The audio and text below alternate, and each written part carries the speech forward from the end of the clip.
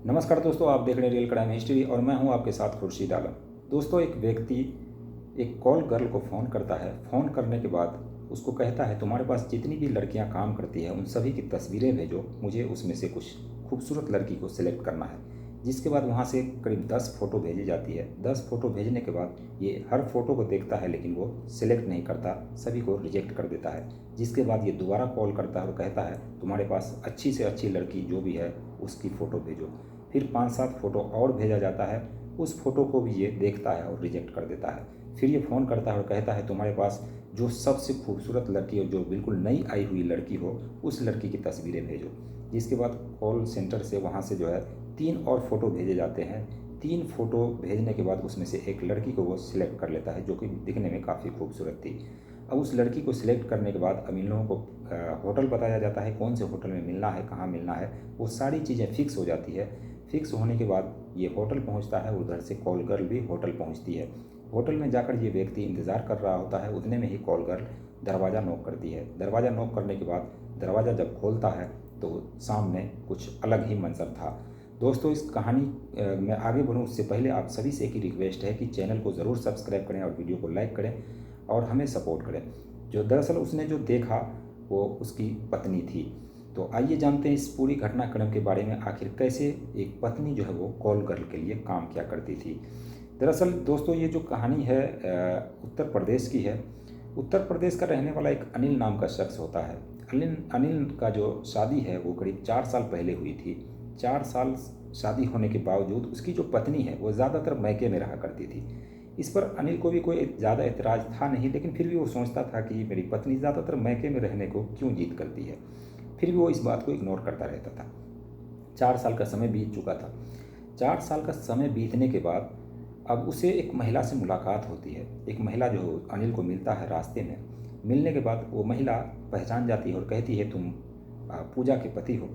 वो कहता है, हाँ। तो वो जो महिला है उस व्यक्ति को कहती है कि तुम्हारी जो पत्नी है वो कॉल सेंटर में काम करती है, कॉल गर्ल के लिए काम करती है। ये बात सुनकर अनिल जो है थोड़ी देर के लिए भड़क जाता है, लेकिन वो महिला विश्वास के साथ कह रही थी कि अगर तुम्हें यकीन नहीं हो तो मैं तुम्हें एक नंबर देती हूँ, उस नंबर पर तुम फ़ोन करना और कॉल गर्ल के लिए तुम बुक करना और व्हाट्सएप पर तस्वीरें मंगाना। तुम देखना उसमें से एक तस्वीर तुम्हारी पत्नी की ही निकलेगी। अब ये अनिल जो है इस सोच में पड़ जाता है और इस चीज़ के पीछे वो हाथ धोकर लग जाता है कि हमें अपनी पत्नी को रंगे हाथों पकड़ना है, अगर ये बात सही है तो इसीलिए अनिल ने ये प्लानिंग रचा और प्लानिंग के तहत वो कॉल गर्ल को फ़ोन करता है और तस्वीरें मंगाता है और जिस तस्वीर में उसकी पत्नी थी उसी तस्वीर को सिलेक्ट करके उसे जो है मंगवाता है। मंगवाने के बाद जब सामने ये मंज़र देखता है कि जब होटल का दरवाज़ा खोलता है तो देखता है कि उसकी पत्नी खड़ी है। अब इन दोनों के बीच वहाँ पर लड़ाई झगड़ा होने लगता है। पत्नी जो है पति से पूछती है कि तुम यहाँ क्या कर रहे हो? पति पत्नी से पूछता है कि तुम यहाँ क्या करने आई हो? जिस पर इन दोनों की बहसबाजी होती है। होटल के स्टाफ भी वहाँ पहुँच जाते हैं क्योंकि शोर शराबा हो रहा था होटल के अंदर। अब होटल के स्टाफ जैसे ही पहुँचते हैं ये देखते हैं कि लगता है इन दोनों का आपसी मामला है, तो इन दोनों को होटल से बाहर कर दिया जाता है। होटल से बाहर करने के बाद अब ये लोग रोड पर भी लड़ाई झगड़ा कर रहे थे। ये देखकर बहुत सारे लोग भी जमा हो गए। फिर भी इन लोगों की लड़ाई चल रही थी। अब इतने में ही कोई पुलिस वाले को फ़ोन कर देता है। पुलिस वाले जब पहुंचते हैं, इन दोनों को देखते हैं और इन दोनों से पूछताछ करते हैं, तुम दोनों क्यों झगड़ रहे? तो दरअसल वो जो अनिल है वो कहता है, ये मेरी पत्नी है और इसको मैंने रंगे हाथों पकड़ा है। ये जो है हमसे मेरी शादी आज से 4 साल पहले हुई थी और ये लड़की कॉल गर्ल के लिए काम करती है।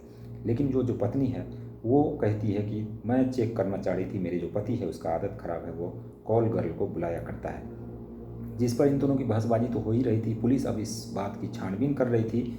वो जो अनिल है उसको पुलिस स्टेशन ले जाया जाता है और उस महिला को भी, और उससे पूछा जाता है कि तुम्हें बताया किसने कि तुम्हारी पत्नी कॉल गर्ल के लिए काम करती है?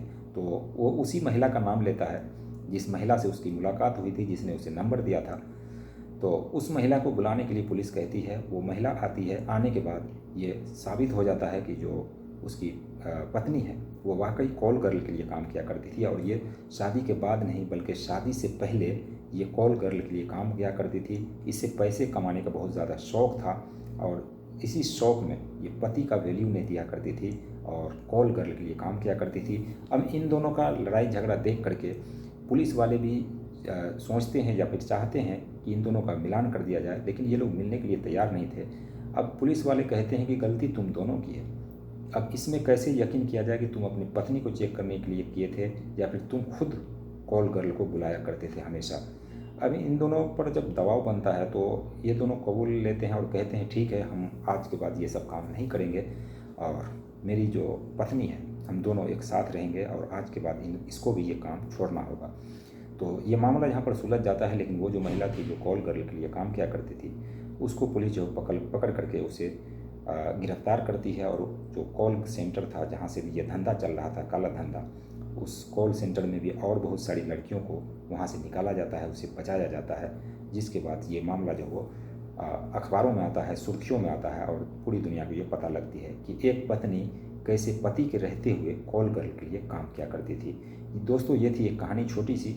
बाकी आपको ये कहानी कैसी लगी हमें कमेंट सेक्शन में ज़रूर बताइएगा।